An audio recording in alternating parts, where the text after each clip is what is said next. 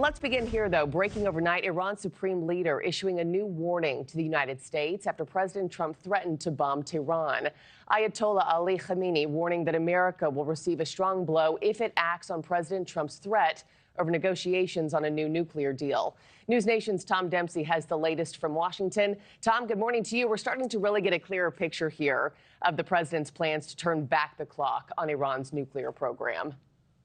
That's right. Good morning, Markie. Some big comments coming from President Donald Trump, who says that if Iran does not make a deal to rein in its nuclear program, the United States may resort to bombing the country. He made these comments during a recent interview with NBC News. Obviously, a lot of attention on this, with President Trump putting it bluntly, quote, if they don't make a deal, there will be bombing, and it will be bombing the likes of which they have never seen before. But Iran's own president says the country has no plans to directly negotiate with the United States, writing, quote, we don't avoid talks. It's a breach of promises that has been caused issues for us so far. They must prove that they can build trust. But President Trump made it clear over the weekend he will not back down. And we're going to either have to talk and talk it out, or very bad things are going to happen to Iran. I would prefer a deal to the other alternative, which I think everybody in this plane knows what that is. And that's not going to be pretty.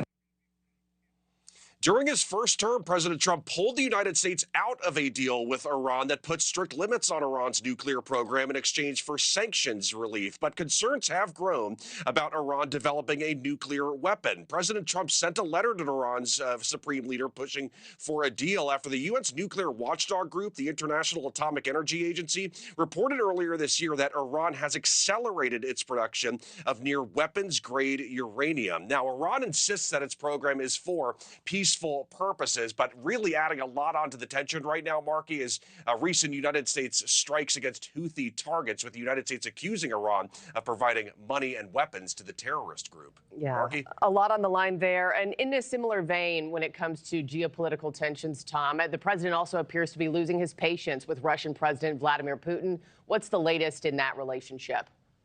Well, so first off, President Trump saying he hopes to speak later this week over the phone with Russian President Vladimir Putin, but he once again really held nothing back, Markie, saying that he's, quote, pissed off with the Russian leader right now, and that's because of recent comments from Putin about how Ukraine should be put under control of other governments. The president has been pushing for a ceasefire, obviously, and says if Russia gets in the way of that happening, the U.S. will hit it with tariffs.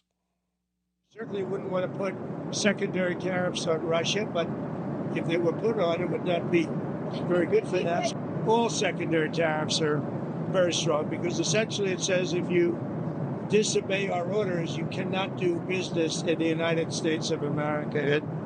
That's the cash cow. Ukraine and Russia recently agreed to a partial and limited ceasefire, stopping attacks in the Black Sea and on energy facilities, but that has not stopped the war at all, with Kharkiv, the second largest city in Ukraine, being targeted over the weekend. And President Trump also had some words for Ukraine, warning it that if it does pull out of a rare earth minerals deal with the United States, Ukraine will have, quote, big problems.